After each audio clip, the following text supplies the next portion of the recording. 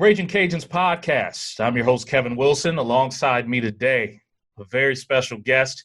He's a defensive end, 5-time Pro Bowler, all-pro defensive end for your New Orleans Saints. It's Cameron Jordan. Cam, what's going on, man? Hey, just another day in this quarantine life. I appreciate you having me on. One time for the quarantine life. What is that behind you? This guy. Yeah. I had a local artist sort of saw what I was doing out of the community and apparently felt a little inspired to draft up a portrait of this mustache. So now the mustache is immortalized. And I didn't realize how big it was initially, right? Oh, yeah. So then I was like, where do I put it? I was like, I got to put it on the one wall in my office.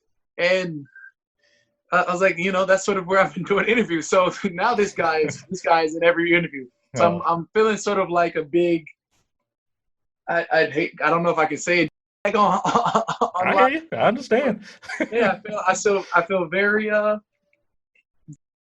You got the out that it is art, so yeah. You can always get away with that. It was art.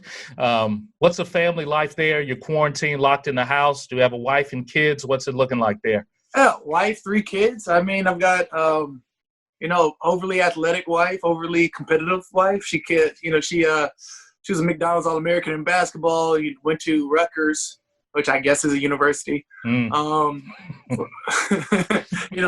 just got the brakes beat off of them by Cal all the times that they ended up playing or why she was there. So, I'm not trying to be an elitist. I'm just saying it's a very competitive household. Minor details. I've got a 4-year-old son, Tank Jordan, the legacy, the legend. I probably should not dub him the legend already, but that's my only son, so I need that. Then of course I've got Glory Jordan. That's my little attitudinal princess.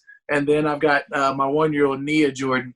And apparently, I swear, within the last 6 weeks, she's caught all the attitude of my daughter, my oldest daughter, and her mother. That little 1.5-year-old is giving me all types of facial expressions and grunts. Like, we're not having clear sentences, but we've got enough words to make it understood that me and her are going to have to box one day. Like, it's perfectly fine. Like, I'm perfectly fine with stooping down and fighting a 2-year-old. Like, I'll do it. Hey, man, you see it coming. It is your house. I'm just saying. So it is weird, in this time. Usually as a football player, you're maybe home and get to spend time maybe during the summer for a month or two, and then you're right back at it.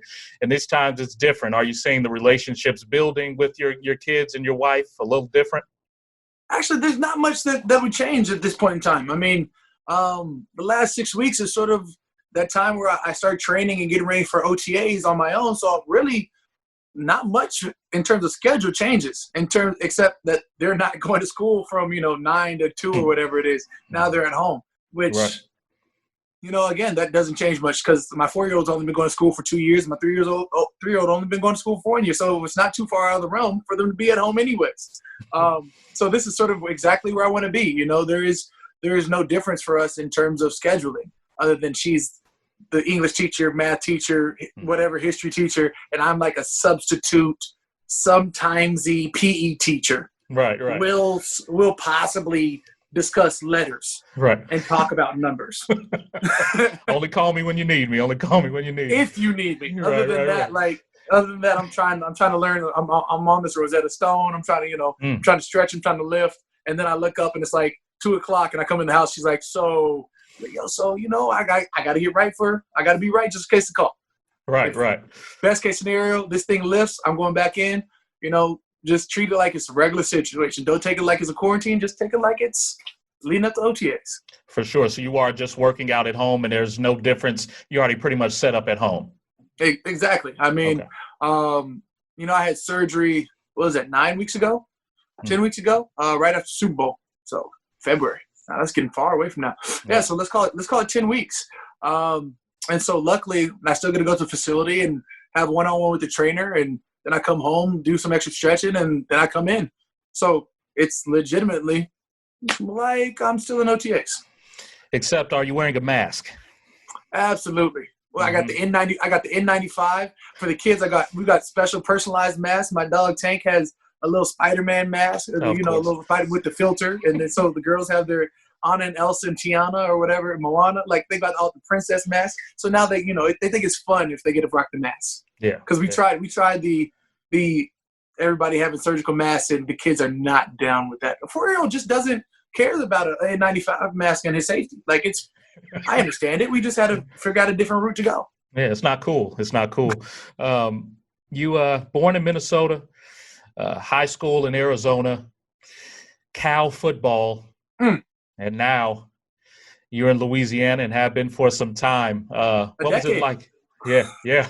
What's it been like making that change over to Louisiana life? Had you asked me this 10 years ago, probably would have been a little bit different. But, as of, it's so easy to embrace the city of New Orleans. It's so easy to live down in the CBD and be able to walk and go to, places like Cochon, go to Chapatulas, go to, walk over to Magazine, have tacos, whatever it is. Being a part of the city is just almost second nature.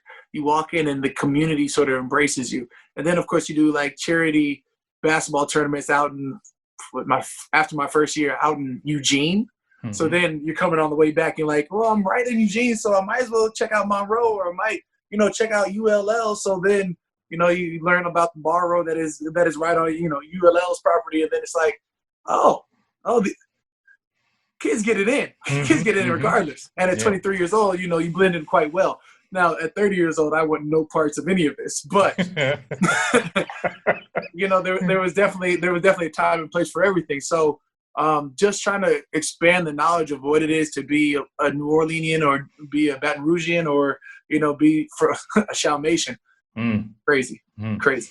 Now, you are being a little disrespectful because now the athletic department is the University of Louisiana. No more ULL. Yeah. University that just tells you how long I've been here, and that's on me. Wow. Wait. So it's not ULL? So no. Louisiana. So what am I supposed to call it? Louisiana. What? Like the state name. I know. Louisiana Ragin Cajuns. I don't like it. I don't want to come through the screen. I'm just saying. ULL is what it, so I'm just like, oh yeah, you go to Louisiana? Come on. You said it perfectly just now. I don't understand the problem. Because when I think Louisiana, I think LSU. And then I think ULL. I think ULL. Now I think your internet connection just got a little fuzzy. But Louisiana Ragin Cajuns for sure. And we've got a couple seniors as well who are, the likes of Robert Hunt, Kevin Dotson, Raymond Calais, Jamarcus Bradley, a few star players that'll be draft prospects. And you've been through this situation as well, a star football player at Cal who went in the first round. What are some things, I know this is different times, obviously, but what are some things that they can look forward to being drafted and then after that draft day? You got to enjoy the process. All no matter how long you've been in college, whether it was 3 years or 4 years, the route you came from, whether it was junior college to Louisiana, or just the entire process that is your body of work of your collegiate experience. You've put in that work. You've done everything you could to this point to be at the best. Give yourself the best opportunity to then get drafted. So at this point, just relax and enjoy it. Whether you go in the first round and you go in the first round, or you slide up to the first round, or you fall to the 5th, 6th, 7th, or you go undrafted. What's important is the process. Enjoy each part of this. You're only going to be a rookie once, and embrace that role. The ability to make a 53-man roster, there's so many people in this world that would trade their left leg, their entire body and soul to be exactly where you are. So embrace all that it is and love the grind. Difference from being drafted and being undrafted, sure, it's money. But the ability to create your own legacy, that's what you have to offer you as you get drafted or as you get placed on a team. What you do with your first check? Bank that thing. Saved it. I believe my first check, I bought a car. I bought a 2011 Tahoe. I have to this day. I needed a car. I gave my little sister my car from college.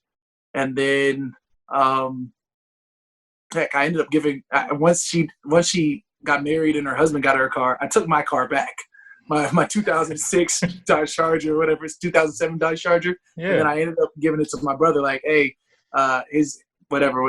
whatever went out on his car. So I was like, don't hurt my baby. She's coming back to me. Like, that's why I bought it. Fine. Right. This is a loan. It's not, I'm not giving it away. So, and then, so I've only bought, my 2011 Tahoe. For myself, I guess I had to buy my wifey a car, and of course, women want the world. So she got an Escalade, and it was something like. I never had rims. Like I bought a Tahoe. You don't put some real rims on a Tahoe. You just you're supposed to keep it stock. You just rock it out. Right. But she's got the Caddy and the Forgiato rims on her, or whatever they are, and it looks clean. Her car is 8 times better than mine. Either way, that's what happens when you get a wife. So I mean, other than the car that I bought for myself, I mean, I think I took it was an obscene amount of money out. I had to sign forms, some managers came down. I signed out $200,000. And I was like, all right. They're like, so you're really gonna walk out the bank with it? I was like, yeah, absolutely. Once I signed all the forms, went through it, had to come back the next day. It might not have been that much. It might have been $100,000. It was an obscene amount of money to come out of college. Right. I saw him place it on the thing, and I was like, I held it. I think I took some pictures off the iPhone. What was it, 4 or 5 at the time? I was For sure, right. Yeah, and then I was like, all right, put it all back. Yeah. I'm like, excuse me? No. I just wanted to see it. I didn't know if you just let me see what. I mean, I get electronically. That's what money looks like, but I needed to. For sure. Now, you were drafted to a fairly good team. You were pretty fresh off of a Super Bowl appearance. Right. What was that feeling like to not only get drafted, but to know you were going to an organization that knows how to win? Yeah, I mean, when you talk about getting drafted to New Orleans Saints and being a West Coast kid, you're just and I know Louisiana's the boot states. Mm-hmm. And they've got Reggie Bush. Right. So, when you come from the Pac, Pac players. So it's all right. Well, I remember, going to University of Tennessee game, University of Tennessee Cal game, the previous year, whatever. I think Robert Meacham was on the team. So it's familiar names or whatever it is. You get down to Louisiana, it's no, that's Drew Brees. No, that checks out. That's a Super Bowl winning quarterback. And, you expect him to be they say he's 6 foot. Oh, he's not 6 foot, but that's okay. You can't, don't judge the dog, the fight in the dog. Don't judge the dog in the fight. Judge the fight in the dog or something like that. I understood either way. Yep. That. So you come through and you know exactly what you're getting into. And actually it's a lockout year. So you don't have OTAs or whatever. So we're working out at Tulane. It's you meet Will Smith, you meet John Vilma, and you meet Roman Harper, and you meet Malcolm Jenkins, and Jabari Greer, and it's all these guys that you look up to. Then there's Shawn Rogers and Brady Franklin, these OGs. And he's yo, these dudes got so much game in them, and it's all right, well, I'm a first rounder. I've got to try and get this spot from Alex Brown. I've got to fight for my ability just to, if it's a rotational role, whatever it is, embrace this role. But I'm going to show them that I'm going to grind way harder than anybody else here. And it's oh, by the way, I've never really watched film. So now, what can I learn from them? So, I'm talking to Pops. And he's hey, you've got an ultimate, mastermind in John Vilma. Take what you can from him. You got a 6-year, 7-year vet in Will Smith. Take what you can from him. So then I'm all right, well, look, how can I learn from you? It's shut up, Rook. All right, cool. I shut the hell up. But what are you looking at on the TV? What are you looking at on film? What is it that I can get from you? All right, well, Will, you've had a 13-sack career or 13-sack season. What was it that, changed your difference? Shut the hell up, Rook. All right, cool. I get it. Go get me some water. And I get that too. Right. What made you different? Right. It's just whatever I can do to set myself up, not just beyond my rookie year. It's what can I set myself up for the fundamentals? What can I set myself up for a regimen? What can I set myself up? You look at the body work that a guy like Marcus Colston put together, where he has 7,000-yard seasons. It's all right, well, I mean, I get that you play offense, but what is it about you that has made you so successful in this league? You got Just Dance Lance, more back in the day. So it was he's flashy, but at the same time, he was an undrafted kid. He was, what is it that changed him from just being an undrafted guy who's out in a couple years to being an established wide receiver? What is it? It's that the intangibles. What can I get from you? So it's the work ethic. It's the breaking down film. It's the way you carry yourself in and out of the building. It's how you work out. It's everything else that nobody talks about. It's working out when nobody sees you. You know, you go out after practice and you see guys working on their handcrafts. It's like this extra step is what's going to get me there. It's not just the ability to say, hey, I'm a pro. Hey, I run fast like everybody else. Hey, I work out like everybody else. What is it? The small things, the finite things that you can control that pushes you to that next level. Steve Jordan, your father, former NFL tight end, how much did he prep you for what you were about to experience? A lot. I mean, everything that I thought I'd been through, or was going to go through, he'd already been through. So I leaned on him a lot that rookie year, what to expect, all this other stuff. And, from his days, he was back in the 80s when they really used to haze guys. And, now it's like hazing is looked on negatively. I mean, it is if you take it too far, but it's also a rite of passage. And some guys are, the day and age doesn't allow you get to pass on tradition as it should be. So I can only go like this. We treat all of our rookies really well. Love you guys. Of course, coming into the NFL, you have the battles of fighting against some people that you've watched on TV for years. Who was that one guy who really lived up to that mantra where you said this guy was good growing up and, he is actually really, really good? I'll let you know if I ever get there. I mean, it is what it is. At some point, I've always viewed offensive linemen, even probably when I was playing offensive lineman back in high school. I was like, why am I getting hit? Nobody, and I've had this argument 3,000 times in the locker room and beyond the locker room. Like, nobody has ever, woken up and I want to be an offensitive lineman. My greatest game is when nobody calls my name, and my worst game is when everybody knows I've done something. Facts.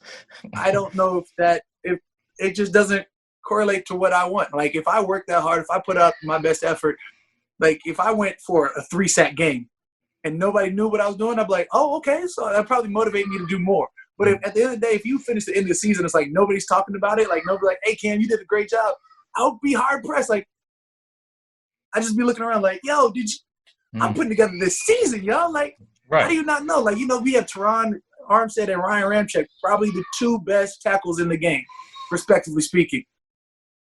How many people are going to Willie Roaf, one of the best tackles in the game? If you don't know offensive lineman play, you'd be like, oh, he's a big guy. It's overly disrespectful for the time and effort that you put into your craft. And to come down to it, you don't get to hit anybody. Your best job is to get in the way. Yeah. Your moniker is roadblock. What do you do? I protect the guy. So are you saying that you have the most respect for them or that both? Yeah. I'll say, how do you get out of that? I've got the most respect for them not being respected. How many times were you pancaked in your rookie season? What? I was too strong. No, that didn't happen. I came in hefty now. I wasn't this lean thing. That baby fat was real. I was probably it said 287 on paper. Right. Now, of course, your early career couldn't have gone without a hitch. Almost immediately out the gate, there's the Bountygate goes down, and the NFL turns its targets on the New Orleans Saints. That feeling in the locker room, that camaraderie with coaches, how trying was that time going through that? I mean, honestly, as a young guy, you just got to focus on what you can control. I knew that we had a D coordinator in Greg Williams, and I had to, focus on whatever his game plan was. And then the next year, that lockout, when Sean gets suspended, and then, Coach Vic gets suspended halfway through the season, you're just looking and you also have a new D coordinator, and I think, what was that, Steve Spagnuolo? Mm-hmm. I had four D coordinators in 5 years, so it got awkward. Right. So when you talk about just trying to focus on trying to be a better person, trying to be a better athlete, and yet you have all this instability within the franchise that's been so stable, it gets awkward as a young kid. But at the same time, it's easy because you're focusing on exactly hey, I can't look at the grand scheme. I'm still trying to figure out exactly what my role is, what my niche is going to be in the league. And then you have the spotlight, obviously, that shine directly on the Saints. Brings me to the question of how how much does media actually affect you guys? I mean, you have some stuff where a player will say something and maybe that goes up on this imaginary bulletin board, but how much does media actually affect you guys day to day? I mean, that probably just depends on the person, right? Yeah. That depends on if he's like a social media fiend and like feeds off of what the media says, or if you're like me, I go home and I focus on, whatever I need to focus on. Whether you're – my dad probably said it the easiest before I got to the league as I was in college. It's like one analyst will hate you, the next analyst will love you, and expect all the media will eventually hate you and or speak your grace the next day. It's just game to game, day to day. I mean, what one person says about you doesn't affect who you are as a person. So control what you can control. And that's probably the biggest thing that I'm ever going to get from Pops is always control what you can control. And I probably preach this no less than 1,000 times over the last 10 years of my professional career. Analyst goes on TV and says, Cam Jordan sucks and he's a bad guy. You see him in the locker room and he doesn't say that at all. In your face, he's all smiles and looking to shake your hand. How often does that happen? I'm sure it happens a lot. I probably don't know enough of the headlines to one, care, or two, care. I mean, at the end of the day, color commentary is what it is and broadcasting is what it is. And it's not going to help me shed a block. It's not going to help me split a double team. It's not going to help me get to a sack. So, great. Good for color commentary, good for fans, good for, whatever bravado that they've been given. It's not going to affect me in terms of running sprints, in terms of beating somebody out for a job, in terms of, providing the legacy that I'm trying to now ascertain. What was that feeling like making your first Pro Bowl? You finally, the fans vote you in and you get some love. What was that feeling like? I think I was walking around like the Step Brothers little scene where he was like, we're a family of learned doctors. I was along the lines. I was like, we're a family of Pro Bowlers, all right? Mm-hmm. Father was a 6-time Pro Bowler. This is one of many. I was like, this is just the opening step. I should have got here last year. Yeah. I was like, at year 3, I should have been here at year 2. I was like, you know what? It's all right. This is only the beginning. I was like, this is a 12-sack season or whatever it was, a 12.5-sack season. This is what it takes. And I have a better season than this next year or, 2 years from now. Whatever it is, I'll look back at this a couple years from now when I'm a 4 or 5-time Pro Bowler, and they'll be laughing. And my brother was like, all right, like you realize how hard it is to get to like 5 Pro Bowls, right? So last year I was like, yo, I'm not a 5-time Pro Bowler. Dad with 6. You know what I got to do? I was like, maybe I'll go 7, 8. He's like, all right. I was like, he's like, all right. So now we get it, Cam. Yeah. I'm like, no, you get it. You enjoy this Disney World trip, don't you? Cam, how bad is the Pro Bowl? How fun is the Pro Bowl? It's amazing. There's to the media, your favorite. It looks like patty cake at times. So, the speed rush isn't necessarily the speed rush. Looks a little 2-hand touches. Is it just you guys literally having fun, or is what's the deal there? It's a fun game. That's a lot of fun for me. You're out there having a blast. Yeah, I mean, I'm talking a little reckless. I mean, you're having fun and at the same time, like, when it's not the weight of granting you a playoff, when you don't have that stress of like, hey, like this is for your teammates. This is comprised of, the best guys versus the best guys. And at the same time, leading up to that week, you've done a lot of things together. So now it's like you're sort of friends by the time you get to the game. That's maybe we just separate the, AFC team from the NFC team. So I don't feel like I know this guy. Like, right. Hey, Tyler Lewan, what's up, bro? How are you today? That's not what you want to have on the field. I need a little bit of animosity. Right. We got some crazy news off a couple of weeks ago that your head coach, Sean Payton, was diagnosed with the coronavirus. When that news came across your timeline, what was your feelings, and did you reach out to him to let him know that you were there for him? I think I was about to reach out, and then he responded to me immediately on Twitter on something I was doing. I was like, oh, he's fine. You knew immediately. Yeah, I was like, oh, he's fine. And if anything, he started releasing different plays on social media and Twitter, and I was like, and then somebody had mentioned hey, don't release plays. I was like, oh, what you don't know is this mad scientist is now quarantined in a room with nothing but a whiteboard and a playbook. I was like, he's gonna come out here like Bobby Boucher's coach and have a whole mad scientist playbook. Hey, I've got 100 plays. And he's like, him and Drew are just going to be like, I'm pretty sure him and Drew probably like Zoom, FaceTime, whatever that situation is to connect, probably every other day. He probably ran Drew's mind for everything that it is. When we get to OTAs, there's probably going to be an entire new playbook, and there might be a new system or two ready for the playoffs. Like, at the end of the day, I was like, this is a terrible thing. I hope he beats this. He looks healthy.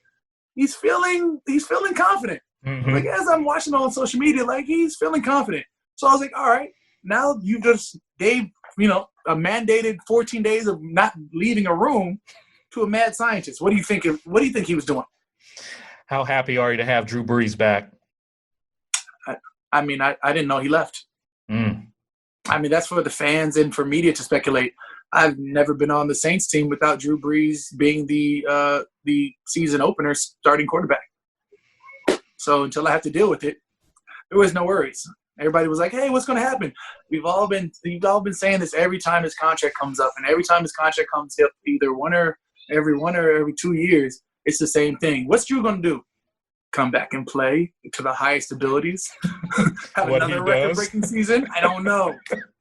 What can he improve? I don't know, but he does it every year. So everything? I don't know that answer. Whatever Drew does is going to be to the highest level. How many years does he have left? Just looking at him from afar. I've formulated this theory that it's now the longevity game between, like, it's the battle of attrition between him and Tom Brady. Once Tom Brady retires, then I'll worry about it. I feel like when Tom Brady retires, I'll probably have another season or two from there. Oh, or it might be, yeah. Like once Tom retires, then I'll look Drew's way like. That's the domino, but you still have 2 more years of Drew Brees trying to break every record in history. Exactly, which he already owns. So maybe when Tom retires, he'll be like, "Hey, me too." Like, I'll worry about it when Tom retires. Till then, it's like them going at it, and Tom is like a year older. So I know I've got Drew for at least 1 more year after that. Speaking of going at it, your good friend Tom Brady that you just mentioned is now in your division. I'm still not sure what did he ordain as his? What is Tampa Brady? No. Tampa Bay, Tampa Bay, and Tampa Brady, or something like Tampa Brady. I get it. Yeah, but he'll be lining up against you on Sundays. What's your concern level there that Tom Brady is joining the Tampa Bay Buccaneers? Tom doesn't give up a lot of sacks. I mean, you go from a plethora of quarterbacks at the helm of the Tampa offense. It's been a lot of them in the last 9 years. To then going to Tampa Brady, or I'm not sure about. See, now you're throwing shots. See,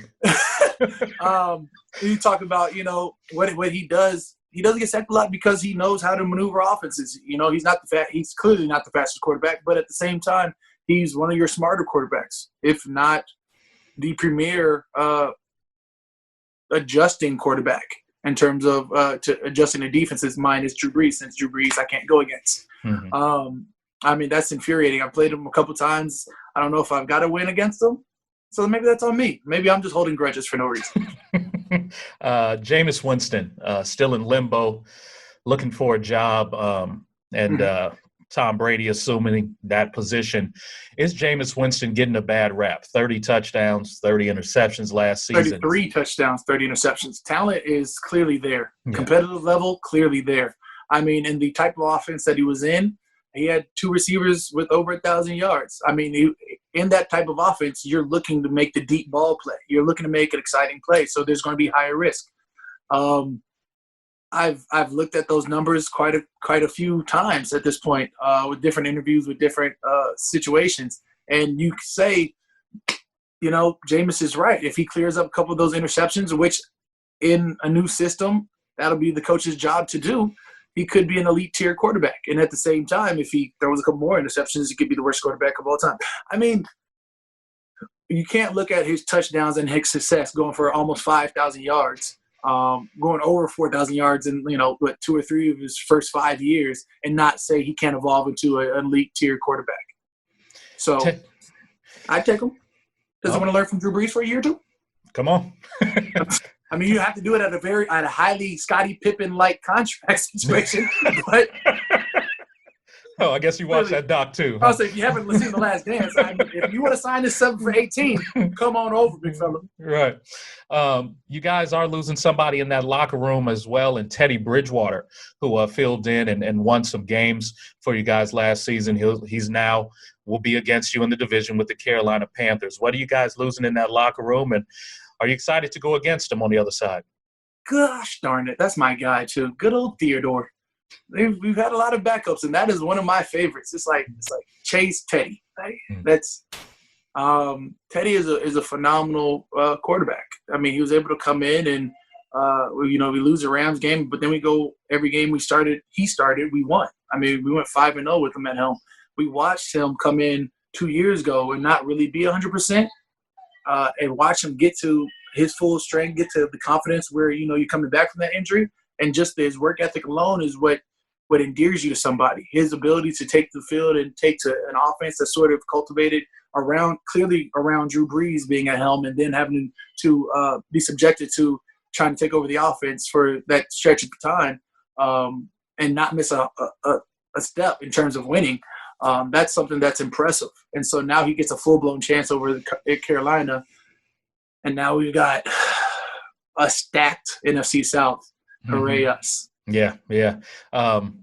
Bigger threat moving forward, is it Cam Newton or Teddy Bridgewater? I mean, that's not fair. Those are two different types of quarterbacks. Teddy Bridgewater is a great quarterback in terms of the way he can formulate against an offense or against a defense, the way he's able to adjust, the way he's able to stay calm at all times. I mean, he doesn't get rattled. Cam Newton, sure, he might be a little emotional on the field, but that's what you want in a leader that you want to trust in.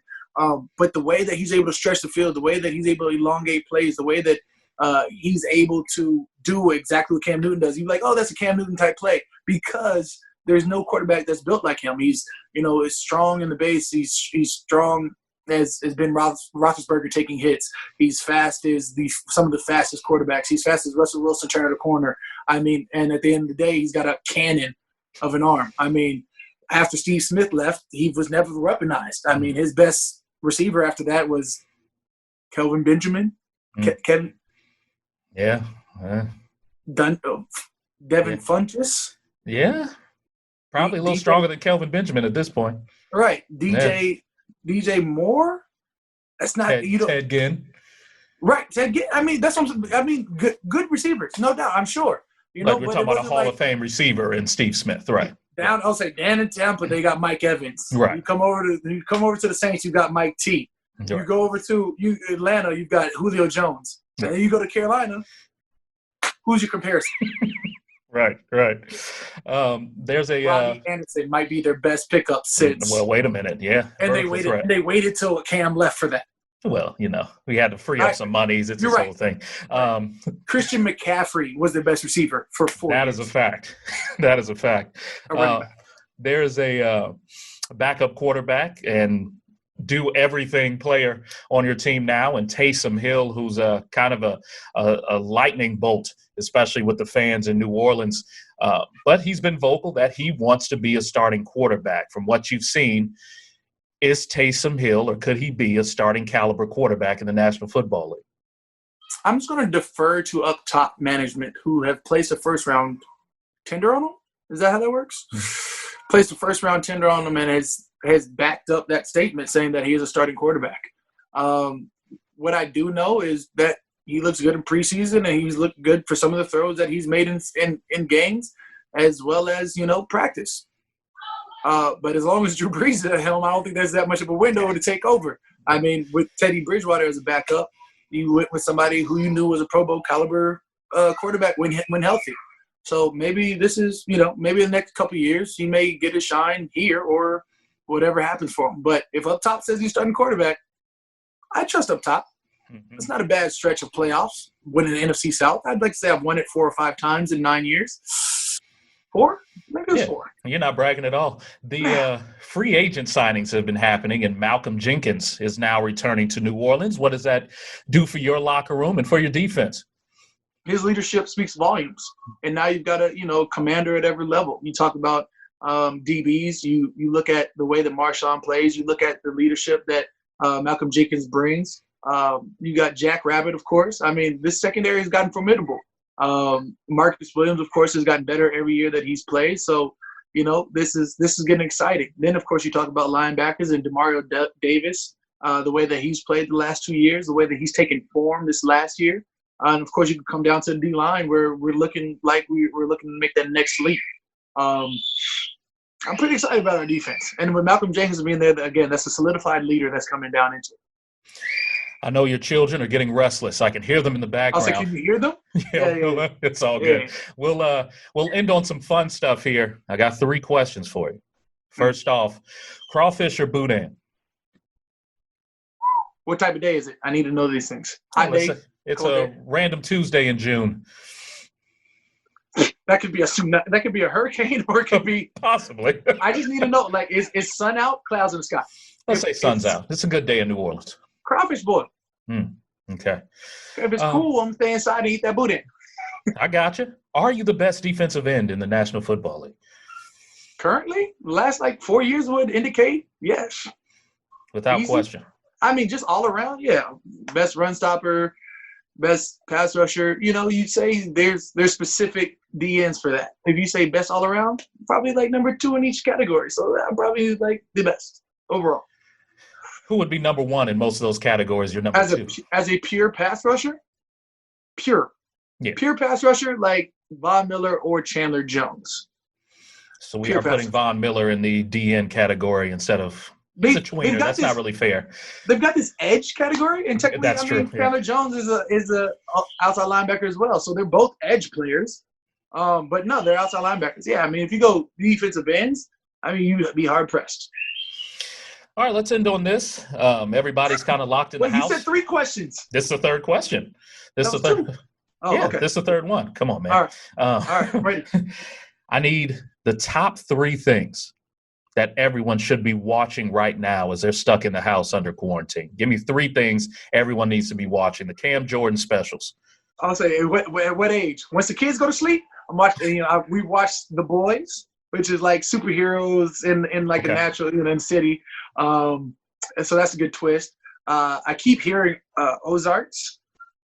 Fantastic show. I think that's going to be my next wave. And then, of course, but The Hunters. Yeah. It's about Nazis sort of infiltrating America in, I believe, the 70s-ish. And there's a main protagonist being a Jewish guy hunting the German guys. It's sort of a spin on that. It gets a little dicey in terms of trying to explain, but it's a fire show with Al Pacino in it. And the kids are asleep, so everybody's absolutely. Good. Absolutely. If the kids are up, it's Ninja Turtles, Power Rangers, and Word Party. And by the Lord's love of the earth and all that is human, I despise Word Party. Word Party? What's that? What's Word Party? Exactly. Oh. Go look at Word Party. It's like the Wiggles cartoonized. It's terrible. I've got 2 boys. One is going on 4. The other one's going on 2. So it's a lot of Paw Patrol. And you don't know Word Party? No, it's Paw Patrol and Blaze and the Monster Machine or something. Okay. The Monster Truck. It all just kind of comes together. It's this whole thing. Cameron Jordan, thank you so much for your time. Your kids are calling you, so I'll let you tend to them, man. I wish you the best, brother. Thank you. Thanks for having me on. Special thanks to our sponsor for the Ragin Cajuns podcast. The golf season has arrived, and if you're looking to shave strokes off your game, you've got to visit the golfballs.com retail center. New inventory is arriving daily. Check out the newest clubs from Ping, TaylorMade, and Callaway, the latest balls from Titleist, Bridgestone, and Srixon, or the hottest apparel and shoes from Nike, Adidas, and Under Armour. Located in the Boulevard Shopping Center on Arnold Boulevard next to Harbor Freight Tools. Golfballs.com. We're in your bag.